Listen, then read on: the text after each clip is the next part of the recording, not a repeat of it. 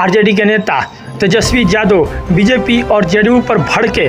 उन्होंने कहा कि बिहार को कभी गोली तो कभी गाली, बिहार का नाम बदलकर समृद्ध प्रदेश रख दिया जाए। चलिए हम आगे बताएंगे कि तेजस्वी यादव ने आखिर प्लान करने वाले मजदूरों पर क्या बोले हैं और सरकार पर उन्हें तीखा हमला करते हुए बयान दिया। चलिए हम सभी मुद्दे पर आगे हम चर्चा करेंगे।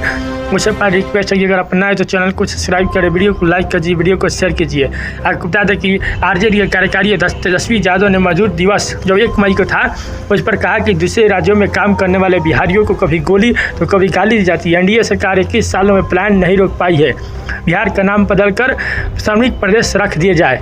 आगे बता दें कि बिहार के नेता प्रतिपक्ष और राष्ट्रीय जनता दल आरजेडी के कार्यकारी अध्यक्ष तेजस्वी यादव ने मजदूर दिवस की शुभकामनाएं देते हुए राज्य में पलायन और रोजगार के मुद्दे पर एनडीए सरकार पर करारा तंज कसा है। तेजस्वी यादव ने कहा कि बीते 21 सालों से एनडीए सरकार की नीति गरीब विरोधी रही है।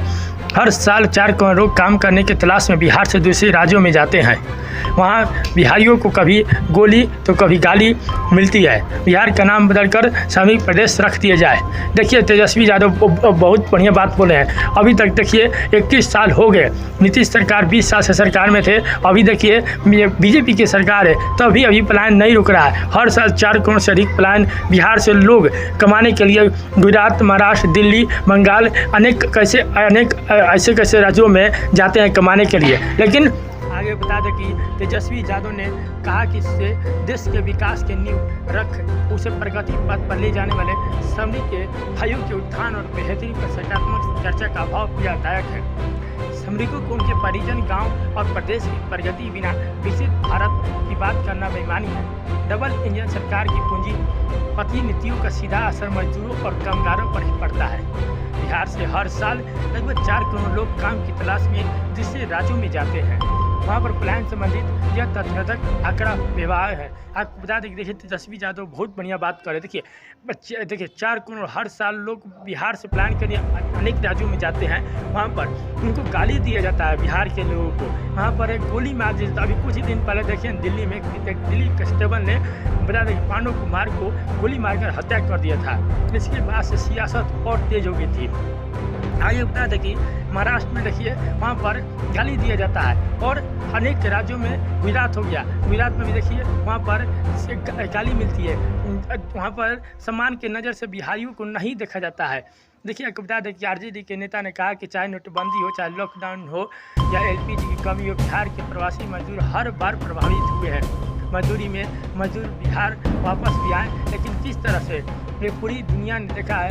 आज जब समूचे देश में गैस सिलेंडर का संकट है जिससे प्रभावित होकर बड़ी संख्या में मजदूर कामगार बिहार लौट रहे हैं, लेकिन उन लाखों मजदूरों के रोजगार रोजी रोटी का राज्य सरकार से कोई प्रबंध नहीं कर रही है। आगे बता दें कि देखिए लॉकडाउन के समय हो या एलपीजी की कमी हो, हर बार मजदूरों को ही झेलना पड़ता है। आगे तेजस्वी यादव ने सत्ताधारी भाजपा एनडीए पर तंज कसते हुए कहा कि बिहार के मजदूर होकर प्रदेश न गए हो तो बिहार फिर गुजरात, महाराष्ट्र और अन्य विकसित राज्यों की फैक्ट्री कैसे चलेगी। नाम बदलने के विशेषज्ञ भाजपाइयों खासकर बिहार के मनोनीत नए नवेले बड़बोले मुख्यमंत्री को श्रमिक दिवस के नाम बदलकर बिहार समर्पित दिवस या बिहार का नाम बदलकर श्रमिक प्रदेश रखना चाहिए। देखिए तेजस्वी यादव ठीक करें, ये लोग बिहार में फैक्ट्री इसलिए नहीं बैठाते, कंपनियां इसलिए नहीं बैठाते, इंडस्ट्री इसलिए नहीं बैठाते कि हमारा कंपनी कैसे चलेगा। गुजरात में फैक्ट्रियाँ बंद हो जाएगी, महाराष्ट्र में फैक्ट्रियाँ बंद हो जाएगी, दिल्ली की फैक्ट्रियाँ बंद हो जाएगी। इसलिए आपको बता दें कि ये बिहार में कुछ बनाते नहीं, कुछ इंडस्ट्री नहीं खोलते, कुछ फैक्ट्रियाँ नहीं खोलते, कुछ कंपनियाँ नहीं खोलते हैं और बिहार के मजदूर को मजबूरी में मतलब कि प्लान करना पड़ता है, क्योंकि परिवार कैसे चलेगा। यहाँ पर बिहार में उतना पैसा नहीं है, 5,000 6,000 में अगर काम करेंगे तो परिवार कैसे चलेगा। ये आपको बता दें कि बीजेपी की सरकार 1,000 रुपये में गैस दे रही है, इतनी महंगाई है, वो कैसे चलाएंगे परिवार, इसलिए उनको मजबूरी में भी प्लान करना पड़ता है। लेकिन ये बिहार के देखिए आजकल के नेताओं को क्या बुझेगा, खाली केवल बताइए केवल बिहार के जनता केवल वोट देने के लिए बनी है। इनको प्रताड़ित किया जा रहा है, दूसरे राज्यों में समान की नज़र से नहीं देखा जाता, भेदभाव की नज़र से देखा जाता है। आगे तेजस्वी यादव ने कहा कि बीते 21 सालों में औद्योगिक उत्पादन में पीछे है, लेकिन श्रमिक की सप्लाई में अव्वल है।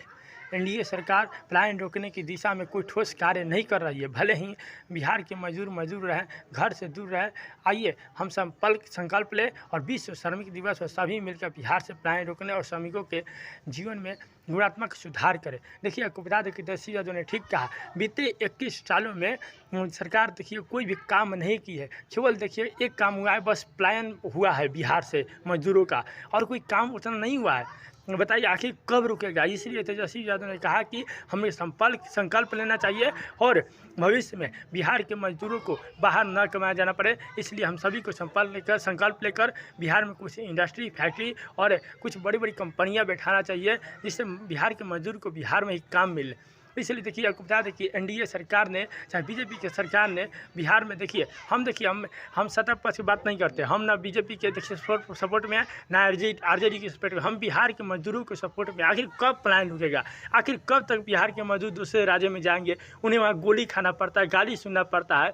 आखिर आप बताइए, आखिर कब तक ये चलेगा? बिहार के नेता ही है जो कभी भी केंद्र सरकार से मांग नहीं करते कि हमारे राज्य में कुछ इंडस्ट्री हो या कुछ कंपनियां बैठे। बिहार के नेता होकर मांग ऐसा नहीं करते, क्योंकि अपना पेट चल जा रहा है ना, इसलिए नहीं बोलते हैं। और देखिए, कभी विशेष राज्य का मांग का दर्जा किए हैं बिहार के लिए? कभी नहीं करेंगे, क्योंकि अपना घर परिवार चल जा रहा है। क्या इस मजदूरों के लिए कोई नहीं है? इसलिए हम संपर्क लेना चाहिए। उम्मीद करेंगे कि एनडीए सरकार, बीजेपी सरकार बिहार में